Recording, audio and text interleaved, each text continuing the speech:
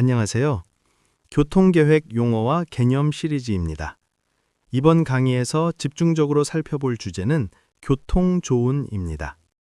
교통계획에 있어 교통조는 지도상의 구역이라는 단순한 의미 이상의 역할을 합니다. 교통조는 분석을 위한 공간 단위로서 복잡한 통행 현상을 모형화할 수 있게 하며 또한 대규모 교통정책 분석을 가능하게 합니다.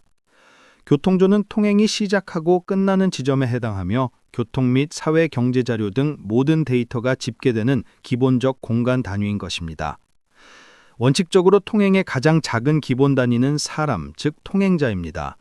그런데 사람 대신 교통존을 기본 단위로 하는 것은 분석상의 편리성과 효율성을 위한 것입니다.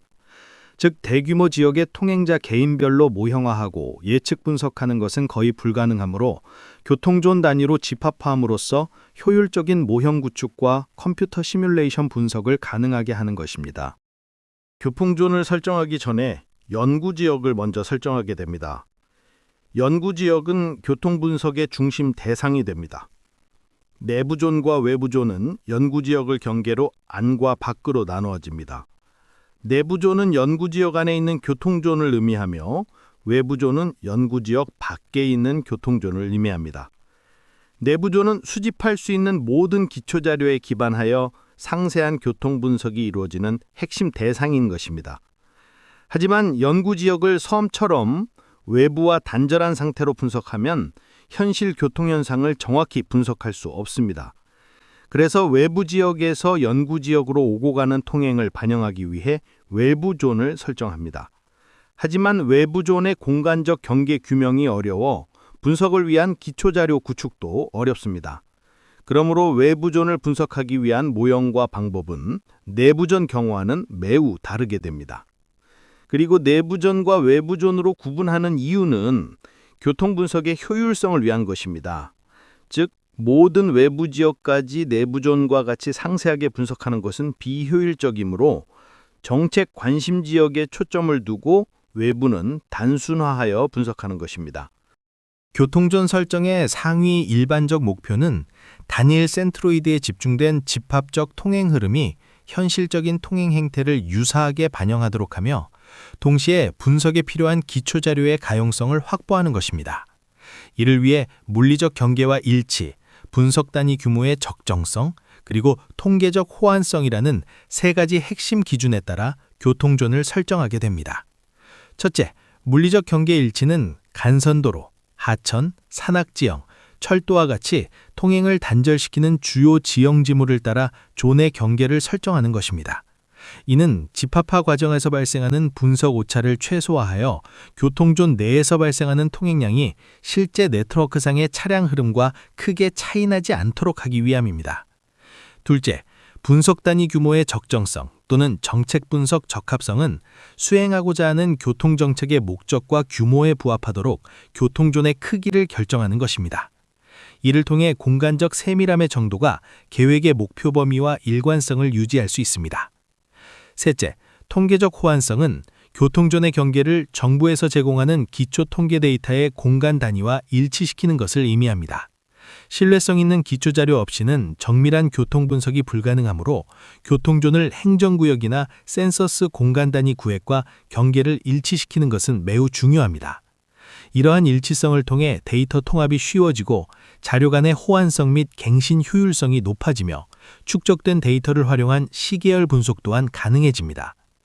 전통적으로는 사회 경제적 속성과 토지 이용의 동질성이 주요 원칙으로 고려되어 왔으나 비집계 행태 모형의 발전으로 그 필요성은 과거에 비해 약해졌습니다. 더욱이 실무적으로도 엄격한 동질성 조건을 완벽히 만족시키는 것은 매우 까다롭고 현실적으로 어렵다는 점이 널리 인식되고 있습니다. 외부존 구획 설정 방법으로는 두 가지가 있습니다. 그 하나는 External Station Method로 왼쪽 그림 예제와 같이 연구지역을 진출입하는 주요 도로축의 외부존으로 대표시켜 센트로이드를 설정하는 것입니다.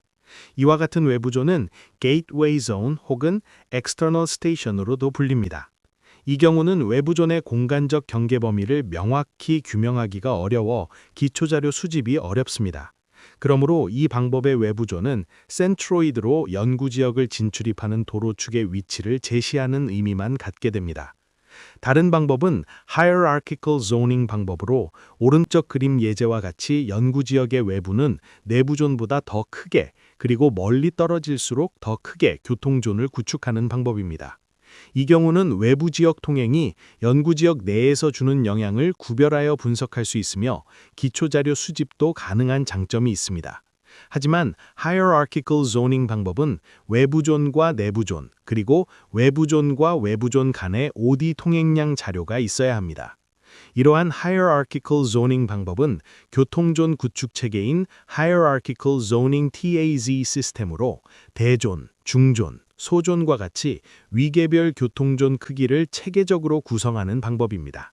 이와 같은 교통존 체계에서는 위계별 교통존이 각각 모두 구축되어 있어야 하므로 정책 규모와 범위에 따라 적합한 교통존 체계를 단독 혹은 혼합해서 사용하게 됩니다.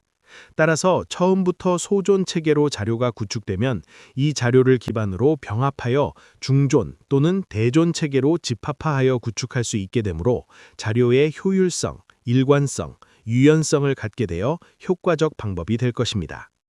연구지역 경계를 기준으로 세 가지 통행 종류가 존재합니다. 그 세 가지 통행 종류는 내부-내부 통행, 내부-외부 통행, 그리고 외부-외부 통행입니다. 이 통행 종류별로 교통 수요 모형과 분석 방법이 다르고 OD 자료 구축도 구분해서 구축합니다. 내부-내부 통행은 출발 도착지가 모두 연구지역 내부에 있는 통행으로 교통정책 분석의 핵심 대상입니다. 따라서 교통과 사회경제 자료를 기반으로 정교한 분석이 이루어지는 통행입니다. 내부-외부 통행은 연구지역 내부지역과 외부지역을 오가는 통행입니다.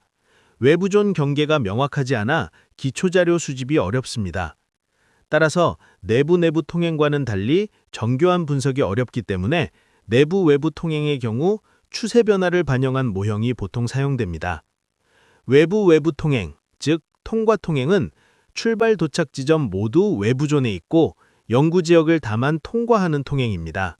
이 통행도 기초자료가 부족하여 역시 정교한 분석이 어려워 추세 변화를 반영한 무형이 사용됩니다. 이와 같이 통행 종류별 특성 차이가 있으므로 연구지역과 교통존을 설정할 때 정교한 분석이 필요한 지역은 연구지역에 포함되도록 해야 할 것입니다. 교통존을 기준으로 존 내부 통행과 존 간 통행으로 구분할 수 있습니다. 존 내부 통행은 통행 출발지와 도착지 모두 같은 교통존 안에 있는 통행입니다. 이 통행은 센트로이드 한 점 안에서 이루어지므로 네트워크상의 노선 배정이 안 되는 통행입니다. 존 내부 통행은 존 내부에서의 짧은 이동으로 주요 도로에 영향을 주지 않는다고 보고 노선 배정에서 제외되는 통행입니다. 그러므로 네트워크상에 빠진 존 내부 통행으로 분석이 왜곡되지 않도록 교통존 크기는 정책 규모에 맞게 설정되어야 합니다. 존 간 통행은 한 교통존에서 다른 교통존으로 이동하는 통행으로 네트워크상에 노선 배정됩니다. 내부존과 외부존에 적용하는 모형과 분석 방법, 그리고 조사 방법에서 차이가 있듯이 이러한 교통존의 통행량을 검증하는 방법에도 차이가 있습니다. 외부존 통행을 검증하기 위한 조사는 코든라인 조사입니다. 여기서 코든라인은 연구지역의 경계를 나타내는 선입니다. 코든라인에서 조사된 교통량과 표본 전수와 통행량 또는 모형 예측 통행량과 비교하며 검증하게 됩니다. 내부존 통행을 검증하기 위한 조사는 스크린라인 조사입니다. 여기서 스크린라인은 연구 대상 지역을 완전히 관통하는 가상의 선입니다.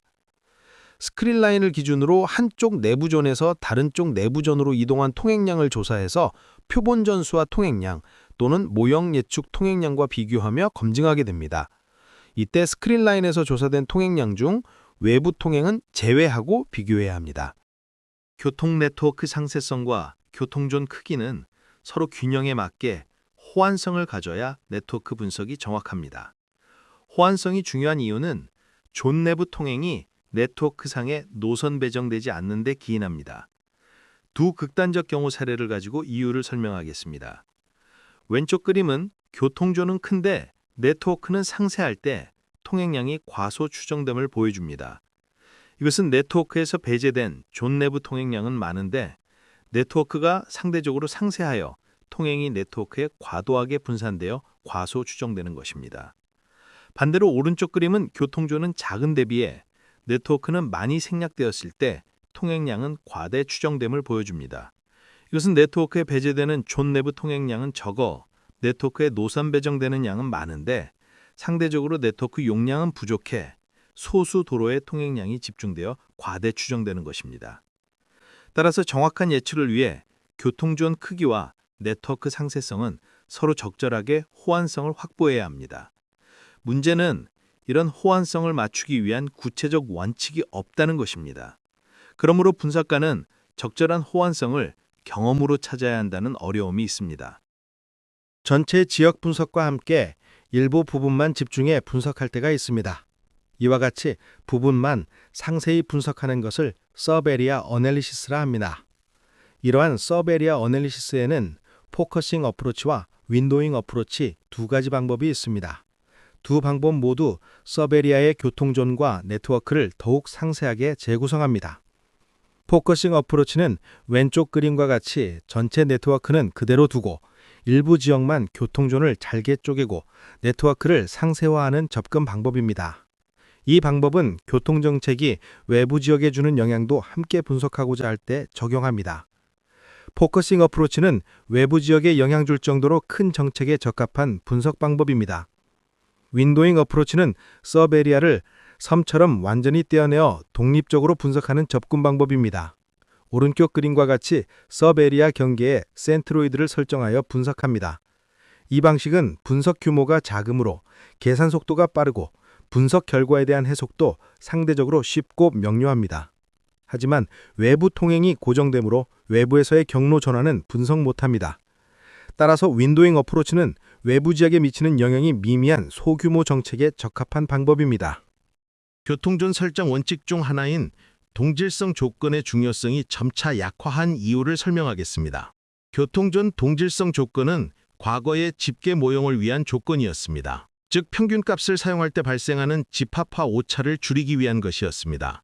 그래프에서 볼 수 있듯이 평균값으로 계산된 값과 개별 계산한 값의 평균값 사이에 차이가 있게 되는데 이러한 차이를 집합화 오차라고 합니다. 이러한 집합화 오차는 비집계 모형의 발전으로 모형에 의해 극복될 수 있게 됐습니다. 즉 이질적 다양한 속성을 모형이 세분화하여 분석할 수 있게 된 것입니다. 그러므로 집합화 오차를 줄이기 위해 동질성 조건을 무리하게 충족시킬 필요가 적게 된 것입니다. 최근에는 교통존 역할을 평균화된 집계형 예측 단위로 보기보다는 모형 입력 데이터의 위치 정보와 집계를 위한 공간 단위로 보는 것이 옳을 것입니다. 따라서 현재 실무에서는 교통존의 사회경계 지표나 토지 이용 동질성보다는 통계 자료의 호환성과 수집 용이성, 그리고 교통존 크기와 네트워크 상세성이 더 중요한 원칙이 된 것입니다. 강의 시리즈 교통계획 용어와 개념을 시청해 주셔서 감사합니다. 다음 강의에서 집중적으로 살펴볼 주제는 통행조사입니다. 감사합니다. 더 좋은 내용이 준비되도록 의견과 댓글 부탁드립니다. 그리고 설명이 도움되었다면 좋아요 또는 구독을 눌러 격려해 주세요.